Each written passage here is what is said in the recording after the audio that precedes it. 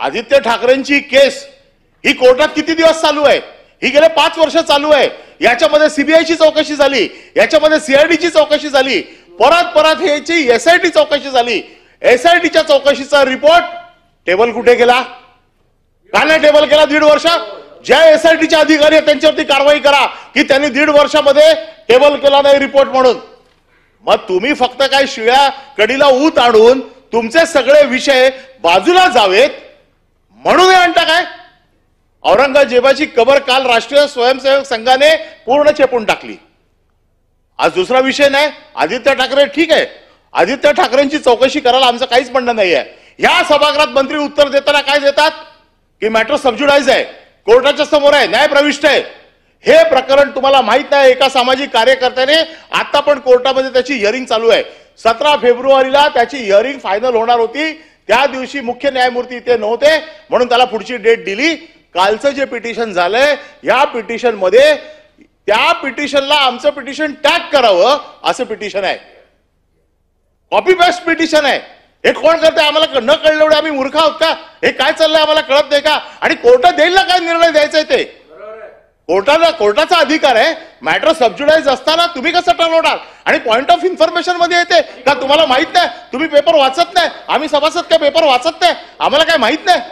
Point of information कुठला येतो? ज्यावेळेला सभागृहाला एखादी गोष्ट माहित नसते, बाहेर काहीतरी असं होतं की सभागृहाला सावध करणं गरजेचं असतं। सभापती महोदय, तुम्ही देखील या सगळ्या गोष्टी मान्य करताना हे सगळं नियमाप्रमाणे केलं पाहिजे असं आमचं म्हणणं आहे। आणि म्हणून आदित्य ठाकरेंच्या वरती आज ज्यांनी प्रस्ताव आणलाय त्यांचं एकच ट्विट मी वाचून दाखवतो। त्यावेळेचं ट्विट त्यांचं काय?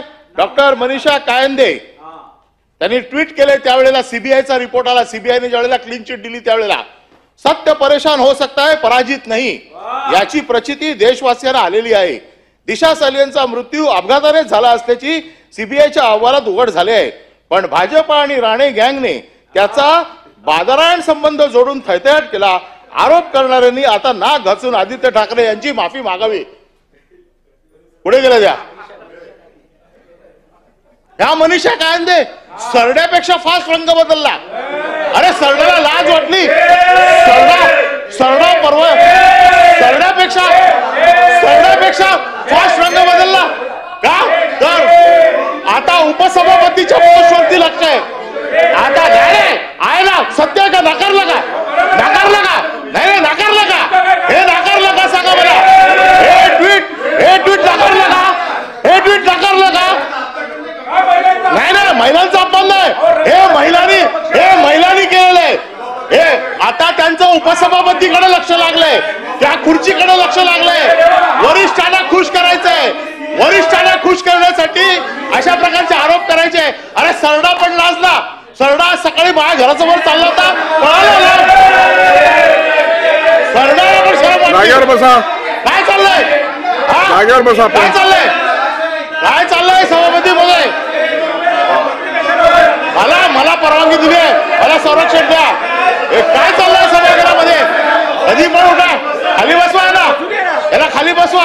सभापती महोदय, माझं म्हणणं आहे आदित्य ठाकरेंचा आपल्याला वेळ दिली मी बोलायला, आपला बोलून झालेला आहे। मला एकच मिनिट संबंध, आदित्य ठाकरेंचा या केसशी संबंध असेल त्याची काळजी कोर्ट घेईल।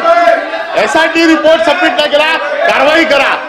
आणि दुसरी गोष्ट जी अंबादास दानवेने सांगितली, संजय राठोडची केस, जयकुमार गोरेची केस, याच्या बाबतीत तोंड उघडता, त्या जयकुमार गोरेच्या केसच्या बाबतीत तोंड उघडत नाही।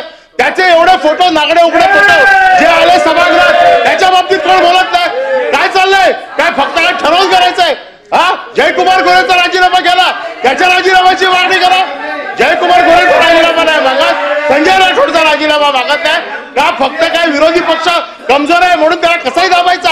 आणि तुमचा सगळा अपयश कारभाराचं लपावं म्हणून तुम्ही करता। आता काय करता? त्यांनी बोला ना, किरीट सोमय्याची बायको आत्महत्या करायला चालली होती, इथे व्हिडिओ दिला, त्याची चौकशी नाही होत आहे। याची व्हिडिओ दिला, त्याची चौकशी का नाही झाली? किरीट सोमय्याचा दिला ना व्हिडिओ, त्याची चौकशी करायला शिक्षण मंत्री दादा भुसे बोला, चौकशी करता।